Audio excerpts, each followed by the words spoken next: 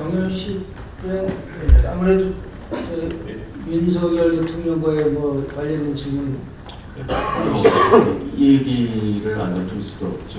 저희 집권 여당, 야당, 보수 여당 대표로서 5년 만에 정권 교체를 이룩한 30대 대표셨는데 정권 교체 성공한 지 석 달 만에 사상 초유의 당대표 당원권 정지 6개월 징계로 사실상 쫓겨나다시피 하셨어요.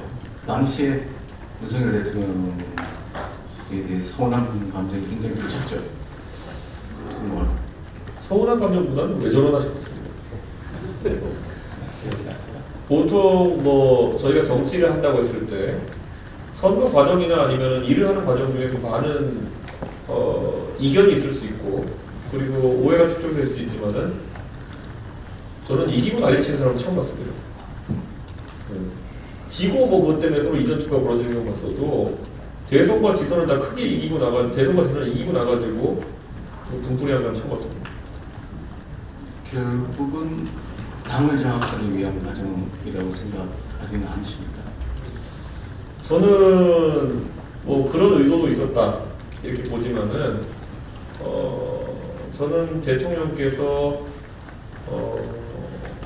차라리 당을 장악하려는 기도가 올바르게 있으셨다면은 지금보다 나았을 것이다 이렇게 생각하고 지금까지 당을 장악하기 위해서 하신 행동이 이준석 쫓아내고 나경원 전당대회 못 나오게 하고 안철수 때리고 유승민 경기도지사 못 나오게 하고 이런 거라면은 글쎄요 저는 그런 잘 짜여진 어떤 목표를 향해 나가셨다기보다는 감정적인 부분이 크셨다고 생각합니다. 그럼 이준석 대표님도 감정이 묻어나는 게 작년 10월 국민의힘 탈당 선언문에서 지금 정치 권력을 가진 분들은 10년 이상 앞으로 10년 이상 정치를 못하지만 나는 30년 뒤에도 평가를 받을 것이다 이 말씀하셨는데 그런 포부는 여전히 갖고 계신지요? 저는 마크롱을 한 번도 만나본 적이 없습니다만은 마크롱이라는 사람의 고민을 보면은 본인이 30대 대통령이기 때문에 본인이 하는 선택 하나하나를 본인이 나중에 살아가지고 그 결과표를 받아보게 될 것이라는 그 아주 무거운 책임감을 느끼고 있다는 생각을 항상 합니다. 연금개혁이라는 건 프랑스에서 이렇게 달려들 때 프랑스 분들의 성정을 잘 알지 않습니까? 저희가 또 혁명까지 했던 나라이기 때문에 굉장히 의사표현이 강렬한 분들인데 인기 떨어질 거라 생각 안 했겠습니까? 나중에 30년 뒤에 본인이 회고했을 때 후회 없는 선택을 하기 위함이라는 것을 저는 직감적으로 느꼈습니다. 마찬가지로 저도 지금 정치에 있어가지고 사실 가장 하기 쉬운 선택은 그런 현재 조류에 동참하는 것이겠죠. 아까도 얘기했지만 뭐 다른 사람에 대한 지적을 제가 잘한다고 평가해 주셨는데 제가 보수에 있었던 다른 주류 세력과 마찬가지로 누군가가 효시를 쏘는 방향으로 자 다같이 가서 이재명을 죽여라 하는 방향으로 같이 가가지고 한 대 더 때리고 하는 거 제가 아마 잘했을 겁니다. 제가 아마 했으면은 거기서도 최고 수훈갑이었을 겁니다. 그런데 어느 순간 저는 의미를 느끼지 못했습니다. 지금의 빌런을 찾는 정치로는 윤석열 대통령식 정치로는 이재명이 쓰러지면 또 다른 사람을 찾아 이준석이 쓰러지니까 또 다른 사람을 찾아가지고 당내 권력을 장악하려고 하고 급기야는 김기현 대표까지 자신이 만들어 놓고 내치는 걸 보면서 이분은 적이 없으면은 뭔가 심심해 하시는 분이구나 이런 생각이 들었거든요. 그래서 저는 더 이상 윤석열, 이재명과 싸우는 것보다는 저는 대한민국의 과제들과 싸우겠다는 뜻이 있습니다. 알겠습니다.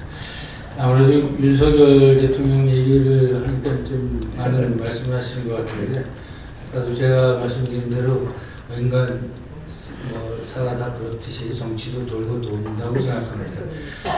이 질문이 성립할지 모르겠지만 윤석열 대통령하고 아주 큰 전투를 같이 치른 사실상 동지였습니다. 지금 와서 보면 윤 대통령 장점이 있다면 뭐가 있다고 생각하십니까? 저는 윤석열 대통령의 장점은 메탈이라고 생각합니다. 그 대선 과정에서 처음 선거를 치러보는 분이라고는 믿기지 않을 정도로 중심을 잡으시는 능력이 뛰어났다. 그렇게 생각합니다. 이것이 장점으로 표현되는 중심을 잡는 능력, 그리고 또 이게 혹시라도 또 단점으로 부각된다면은 완고하다라는 그런 어떤 관점이 있을 텐데요. 저는 대통령의 그런 장점이 발휘했던 것이 검사 시절에 여러 가지 탄압이나 공격에 있어서도 국민검사로서 국민이 바라는 수상하셨던 모습이다 이렇게 생각하고, 저는 대통령께서 그 강점을 키워나가셨으면 좀 더 나은 통치를 하지 않았을까 이런 생각하고, 지금은 그 강점이라고 생각했던 부분이 다소 일방주의로 나타나는 것이 아닌가 라는 아쉬움이 있습니다. 예, 앞으로 뭐 나중에 또 장점을 얘기하실 걸 떼고 올지 한번 보겠습니다. 예. 우리 김일영 부장 좀 시간이 많이 지체가 돼서 좀 짧게 질문하시죠. 네, 저는 아까 정책 얘기 중에 하나 더, 오늘 이제 최고위에서 의대 정원 준비된 개혁이 아닌 것 같다고 비판하셨습니다. 물론 이제 조만간에 또 정책 얘기 더 하신다고 하는데, 뭐 수가 구조라든지 뭐 좀 어쨌든 지금 여론조사로는 그 정원 확대에 좀 긍정적으로 나오고 있거든요. 그러면 이 대표님 어떤 그 아이디어가 있으신가요? 저는 수가 조정에 대해서 항상 이야기했던 것이, 지금 의사들 같은 경우에는 굉장히 기형적인 구조에서 일을 하고 있는 것이 맞습니다. 아까 제가 이제 최고위에서 말했던 걸 보면 보통 수련이라고 합니다. 전공의, 이런 레지던트나 인턴 이런 사람들이 진료의 대학병원에서 굉장히 그 핵심 업무를 맡고 있습니다. 그런데 이들의 근무 환경을 보면은 우리가 69시간을 거의 과로사할 정도의 노동이라고 언론에 비판한 적이 있는데, 그래서 윤석열 대통령이 69시간 노동 발언을 비판한 적이 있는데, 2022년 기준으로 전공인들의 평균 근무 시간이 주 77.7시간으로 집계되었습니다. 그렇다면은 이것은 왜 이렇게 되었느냐? 종합병원에서 우리가 소위 말하는 전임의라고 하는 사람들, 그런 사람들 확보하면 수억 원대의 비용을 지출해야 하기 때문에 전공의들로 사실 이 의료 공백을 메꾸기 위해서 노력해왔던 것이고, 그러면 왜 전임의들을 충분히 확보하지 못하느냐? 그것은 우리나라의 가격 통제 정책이 존재하기 때문이다. 이렇게 제가 말씀드리겠습니다. 우리가 이재명 대표가 부산대병원에서 서울대병원으로 전원된 것에 대해 가지고 많은 분들이 비판을 하십니다. 저도 그 비판에 동참합니다. 이재명 대표의 처신은 정치 지도자로서 부적절했다 생각합니다. 따지고 보면은 어떤 병원과 어떤 병원 간의 의료 수가 자체는 지금 차이가 없습니다. 소위 말하는 잘하는 병원과 못하는 병원, 또는 서울의 병원과 지방의 병원 간의 가격 경쟁력의 차이도 없고, 그러다 보니까 결국 이것이 진실인지 아니면 대중의 그냥 인식인지는 모르겠지만은, 같은 값이면 서울병원 가야지 라는 인식이 하다못해 이재명 대표에게도 팽배해 있는 겁니다. 저는 그렇다면은 수가 구조나 이런 것들을 제대로 개혁하지 않으면은 이런 일들이 반복될 수밖에 없다, 이런 생각을 하는 거고요. 또 지방의 의료가 갈수록 공동화되는 문제에 있어가지고는 공급의 측면에서 수가 문제를 한번 고민해야 된다, 이렇게 생각합니다. 왜냐? 지금 예를 들어 제가 조사했을 때 100명, 연간 100명 이하의 출산이 이루어지는 지자체가 34곳이라고 합니다. 그렇다고 하면은 그 지역에 가서 병원 임대료 내고 간호사를 고용해가지고 산부인과나 소아과를 운영한다는 것은 개인의 공명심으로 할 수 있는 부분이 아닙니다. 저는 만약에 누군가 경남 산천군에서 산부인과나 소아과를 운영해야 된다고 한다면은 서울에 있는 어느 소아과나 산부인과보다 최소 3배 이상 되는 수가를 적용받아야지만 그 동인이 생긴다고 봅니다. 출산하는 수가 그 정도밖에 그 정도 차이 나기 때문에요. 이것은 당연한 것입니다. 그렇게 하지 않고 매번 의사들에게 당신들이 공공심을 가지고 공명심을 가지고 가가지고 지방에서 일해야지라고 얘기했을 때 그 구호가 국민들에게는 소구력이 있을지 모르겠지만은 문제를 풀어내지는 못한다는 것을 인식해야 되는 것이고, 저는 이 자리에서 국민들께 당당히 호소합니다. 저도 사탕 발림 국민들이 듣고 싶어하는 이야기 못해서 이런 얘기 하는 거 아닙니다.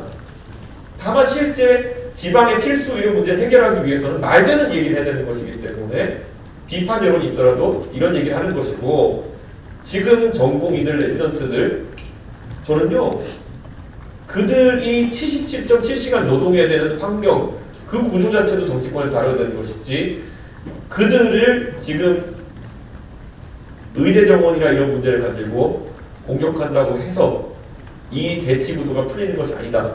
저는 이런 생각을 합니다. 저는 이번에 윤석열 정부가 이 의대 증원 문제를 풀어나가는 방식이 상당히 투박하다고 느꼈고, 저 개인에게 묻는다면은 저는 이미 제 개인적인 입장으로 서남대 의과대학교가 사라진 공간에 추가 TO로 전남 지역에 의대를 추가하는 정도의 의대 증원, 그리고 카이스트나 포항공대와 같이 연구 중심 대학에서 의공학 계열 연구를 위해 가지고 연구 중심 의대를 설립하는 정도의 의대 증원 같은 경우에는 충분히 검토할 만하다는 이야기를 했습니다. 하지만 3,000명인 현행 의대 정원 수를 2,000명을 내년부터 증원하겠다고 하는 것은, 저는 이거는 정치를 좀 아는 사람 뻔히 압니다. 나중에 누군가가 중재자로 등장해가지고 한 500명 선으로 타협하기 위해 가지고 이런 강한 안을 던진 것이고, 총선을 앞두고 이것을 던진 것은 그런 의도가 있다 이렇게 생각하고, 제 추론이 맞을지 틀릴지는 제가 나중에 평가받겠지만은 굉장히 국민들의 건강과 그런 어떤 보건 문제를 가지고 위험한 정책적 판단한 것이다. 저는 이렇게 생각합니다. 간단히 하나 추가 좀 드리겠습니다. 지금 재미있는 말씀하셨는데 병원별로 의료 수가 차등화, 의료 민영화 찬성하십니까? 절대 아닙니다. 결국 의료 민영화라고 하는 그 수가라고 하는 것은 건강보험 재정에서 지급되는 것이기 때문에 저는 지역별로 차등을 두는 곳에 있어가지고 저희가 검토할 만하다. 저희가 최저임금 같은 경우에도, 이건 저희가 뭐 아직 정책적으로 협의하지 않았습니다만은 최저임금 같은 경우에도 생활비 기준이 다른 상황 속에서 지역별로 차등을 하자는 이야기가 나오지 않았습니까?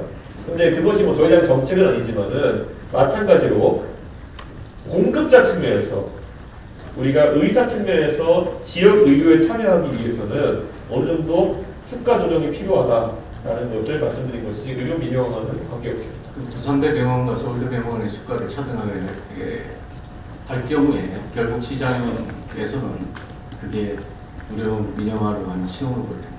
이렇게 말씀드리겠습니다. 아까 제가 공급 사이드와 그리고 수요 사이드에서 두 가지 문제 말씀드리지 않았습니까?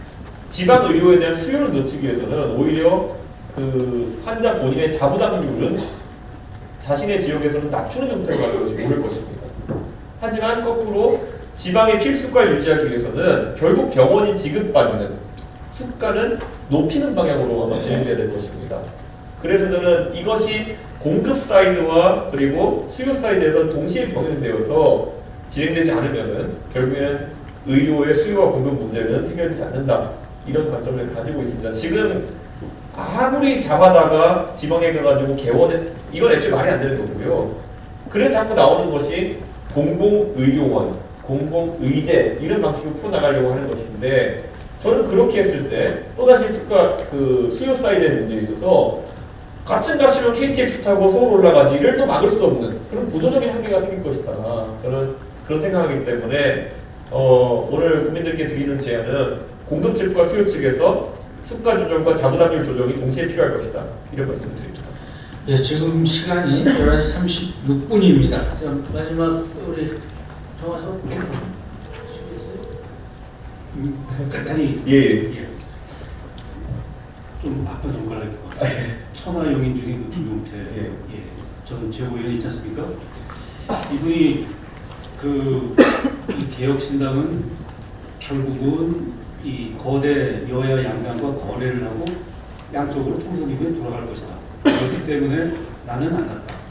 이게 이제 김용태 전 최고가 하신 말씀인데, 지금까지 제3당 이 역사를 보면 그런 경우가 거의 대부분이었어요. 사실 이제 총선 끝나고 다시 이제 해체되면서 그렇게 뿔뿔이 흩어지고. 아까 51% 얘기하고 수권정당이라는 말씀을 하셨는데 가능할까요? 제가 보기에 이렇게 돌아갈 확률이 더 많지 않나? 당연히 돌아갈 확률이 역사적으로 거의 100%였지 않겠습니까? 그렇기 때문에 도전을 하는 것이고, 이번에 대만에서도 입법원 선거를 보면서 많은 사람들이 비슷한 관점을 가지고 봤을 겁니다. 대만 같은 경우에는 그 민중당이라는 당이 의석수는 8석 정도를 얻었지만은 결국 캐스팅 보트 역할을 맡게 되었습니다. 대만의 입법원 구조 속에서. 저는 지난 2016년에 국민의당의 성과는 캐스팅 보트 역할을 하면서 국민들에게 존재감을 부각시키기 충분했다 이렇게 봅니다. 실제로 유치원 3법 입국 과정이라든지 몇 군데에서는 그 역할을 하기도 했고요. 하지만은 그것을 더 키우지 못한 것은 국민의당의 한계점이었습니다. 저는 이번에 개혁신당이 캐스팅 보트의 지점의 역할을 확보한다고 한다면은 저는 충분히 해볼 수 있다. 저는 이렇게 생각하고 굳이 말씀드리자면은 케니 대통령이 이런 말을 했죠. 달에 가고자 하는 것이 쉬워서 하는 게 아니라 어려워서 도전하는 것이다. 저는 마찬가지로 쉬워서 도전한다기보다는 어렵기 때문에 도전하는 것이고, 저는 이 선거가 있다 그러면은 달에 가는 것 이상의 정치의 대격변이 일어날 것이다 봅니다. 그렇다면 총선 이후에 뿔뿔이 흩어지는 상황이 오더라도 이 대표님이 나는 개혁신당의 마지막 탈당자가 된다. 뭐 이 정도 약속하실 수 있으신가요? 이렇게 제가 반대당 쪽으로 얘기하면은 만약에 뿔뿔이 흩어진다 하더라도요, 보통은 수계는 잘 안 받아주더라고요. 네, 그게 그 수계가 되어서 끝까지 제가 활동하겠습니다. 예, 시간이 됐습니다. 우리 선배님들 중에서 플로어에서 질문이 오셨는데, 개혁신당의 경제 정책의 정체성은 무엇입니까? 이런 질문을 우리 하준우 선생님께서 했습니다. 예. 저는 우리가 이제 어느 정도의 방향성을 띠고 경제 정책을 가져가느냐의 문제인데, 제가 오늘 이제 저희가 이 전결위임 합의를 했기 때문에 아직 정책위의장들과 확고한 논의를 하지 않았지만은, 저는 이미 경제 정책의 대한민국의 주류적인 시각은 결국 따뜻한 보수의 기조가 될 것이다 라는 생각을 합니다. 지난 12년 정도의 기조를 보면요, 대한민국은 이것이 필연이었다고 생각합니다. 복지 확대의 기조에 있었다 생각합니다. 그런데 복지 확대의 기조라고 하는 것이 이제 서서히 과잉 복지에 대한 우려가 이제 나오기 시작한 시점이라고 봅니다. 그래서 저는 문재인 대통령께서 문재인 케어 같은 복지 정책을 발표하실 때 저는 다소 저것은 과잉 복지에 해당하는 것이 아닌가라는 우려가 있었고, 그것을 비판해 왔습니다. 그래서 이제는 유승민 의원도 언급한 바 있지만 중부담 중복지 정도의 어떤 지점을 설정하는 과정에 우리가 있다 이렇게 생각합니다. 그래서 저는 이제 복지 조정기에 이제 들어왔다 이런 생각을 하고, 마침 윤석열 대통령께서 집권하신 이후에 60조 의 세수 결손으로 인해 가지고 복지 축소나 재구조화가 필요한 시점이라고 생각합니다. 그래서 저는 경제정책의 측면에서 어느 정도 복지 재구조화의 시기가 왔다. 그래서 아까 언급되었던 무임승차 혜택 같은 경우에도 돈이 많은 건 언제나 유지할 수 있는 정책 아니겠습니까? 하지만 저희가 표 떨어지는 얘기를 할지라도 어느 정도의 복지 재구조화를 얘기하면서 경제정책의 큰 틀을 풀어가겠다 이런 말씀드립니다. 예, NHK 나가스나 기자와 손우인호 선배님의 질문이 있었는데, 이게 아까 우리 토론 과정 중에 충분히 소화가 된 것 같습니다. 마지막 끝내기 전에 우리 경력 소개도 있지만 2011년 12월 한나라당 그때 비대위원으로, 박근혜 체제 비대위원으로 오늘 정치인 이준석이 출발했는데, 지금 13년간의 아까 표현에 있었던 롤러코스터 같은 정치 역장을 거쳐서 여기 와 있습니다. 혹시 요 즈음에 최근에 박근혜 대통령이 회고를 또 내시고 있는데 읽어보셨는데, 아니면 또 박근혜 대통령께 연락을 하신 적이 있는지 가볍게 여쭤보고 싶습니다. 박근혜 대통령 측에 저희가 접촉을 한 바는 없습니다. 그건 제가 국민의힘 당대표실에도 따로 접촉한 바가 없습니다. 그랬던 이유는 저는 박근혜 대통령에게 제가 정치에 참여할 수 있게 해주셔서 항상 감사하다고 말씀을 드렸습니다. 그리고 박근혜 대통령이 그 당시에 대통령 시절에 더 이상 통치할 수 없는 상태에 이르렀다 생각했기 때문에 탄핵은 불가피하다 생각해서 찬성했습니다.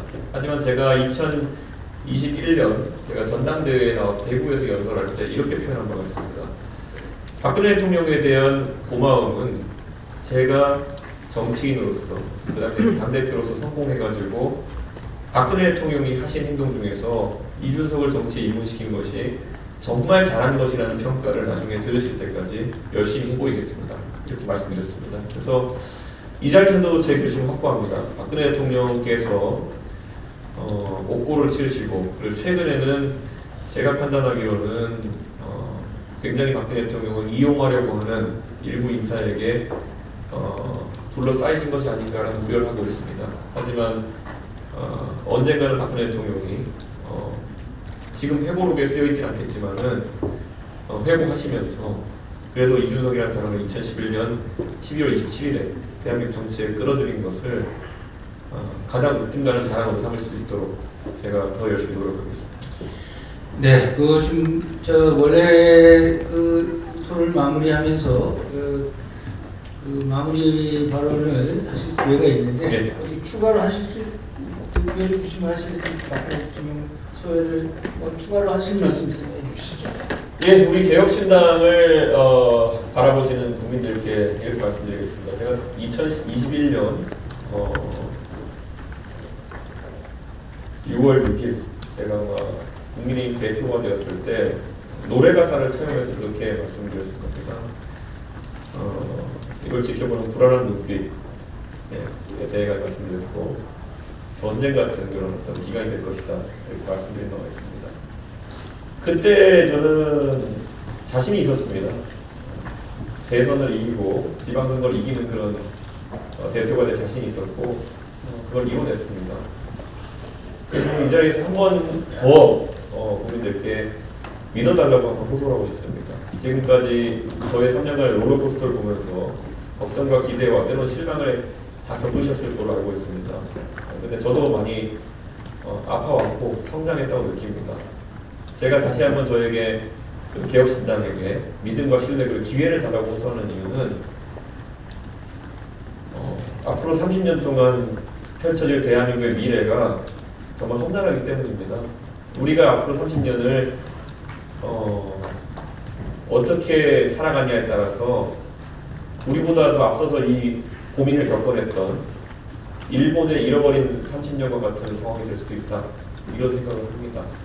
그래서 저는 개혁신당이 말하는 당찬 아이디어들이 때로는 불안해 보일 수도 있고 때로는 정말 실현될까 의구심을 가질 수도 있겠지만은 어쨌든 이 테이블 위에 우리의 위기들에 대한 아젠다를 올린다는 것만으로도 기대를 갖고 지켜봐 주시길 부탁드리겠습니다.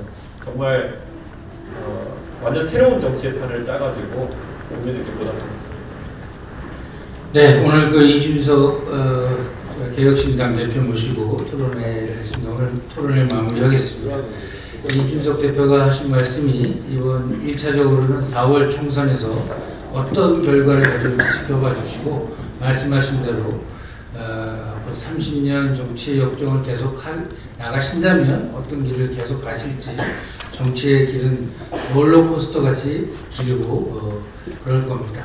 그 사이의 스토리를 앞으로 지켜보도록 하겠습니다. 끝까지 토론에 경청해 주신 우리 플로어의 선배님들, 그 다음에 기자 여러분들 감사드립니다. 그리고 성실하고 진지하게 답변해 주신 우리 이준석 대표님 다시 한번 감사드리고요. 저희도 더 열심히 해서 시대의 화두를 공정하고 객관적으로 전하는 관훈 토론회가 되도록 하겠습니다. 여러분들 기대하는 다음 이재명 대표 지금 토론회도 준비 중인데 일정이 확정이 되면 고지하도록 하겠습니다. 토론회 이것으로 마치겠습니다. 장시간 감사합니다. 수고 많으셨습니다.